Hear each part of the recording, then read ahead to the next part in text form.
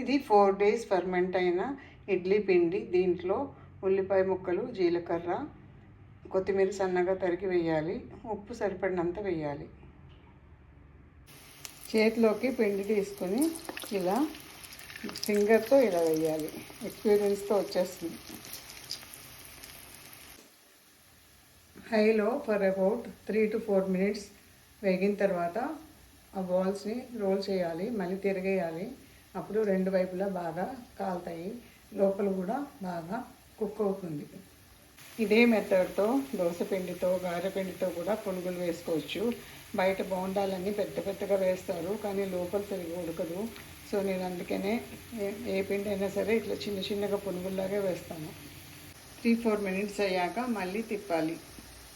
ఎప్పుడైతే ఈ ఉడుకు అనేది ఆగిపోతుందో, ఈ పునుగులన్నీ ఎర్రగా కాలుతాయో అప్పుడు మనము డిష్ అవుట్ చేయాలి. పెద్ద మూకుడులో 1 liter ఆయిల్ వేస్తే ఒక్కొక్క బ్యాచ్కి 25 పునుగులు చేసుకోవచ్చు. ఇలా బాగా ఎర్రగా కాలిన తర్వాత ఒకటి బయటికి తీసి చెక్ చేయండి లోపల బాగా ఉడికిందో లేదో. ఇప్పుడు మనకి ఉడుకు కూడా తగ్గింది. సో మనము చెక్ చేసిన తర్వాత డిష్ అవుట్ చేసుకోవచ్చు. లోపల బాగా ఉడికింది, పైన క్రిస్పీగా ఉంది. సో మనము ఫస్ట్ బ్యాచ్ని డిష్ అవుట్ చేసుకోవచ్చు. ఈ హాట్ అండ్ క్రిస్పీ పునుగులు బ్రేక్ఫాస్ట్ లాగా కూడా తినచ్చు, లేకపోతే ఈవినింగ్ స్నాక్స్ లాగా కూడా తినచ్చు. మనము బియ్యం పిండి వేసాం కాబట్టి ఆయిల్ అస్సలు లాగవు, చాలా క్రిస్పీగా ఉంటాయి. సో ఫర్మెంట్ అయిన దోశ పిండితో కానీ, ఇడ్లీ పిండితో కానీ, ఫ్రెష్ గారె పిండితో కానీ ఇలా ట్రై చేయండి ఫ్రెండ్స్.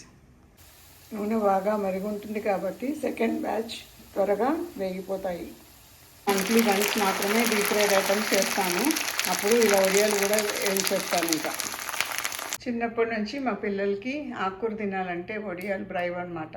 సో అప్పటి నుంచి ఇంకా ఆకుకూర ఉంటే వడియాలు ఉండాల్సిందే. వడియాలు లేకపోతే ఆకుకూర తినరు. సో ఇట్లా నెలకు ఒకసారి డీప్ ఫ్రై ఐటమ్ చేసినప్పుడు వేయించి పెట్టుకుంటాను. ఇంకా మొత్తం డబ్బా పెట్టను, 4 పెడతాను.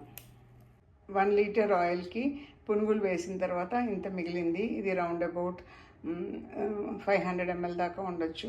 ఎప్పుడైనా సరే ఒకసారి డీప్ ఫ్రై చేసిన ఆయిల్ని మళ్ళీ డీప్ ఫ్రై చేయొద్దు. పారబోస్తే పారబోయండి, లేకపోతే ఏదైనా మ్యారినేషన్స్కి యూజ్ చేసుకోవచ్చు.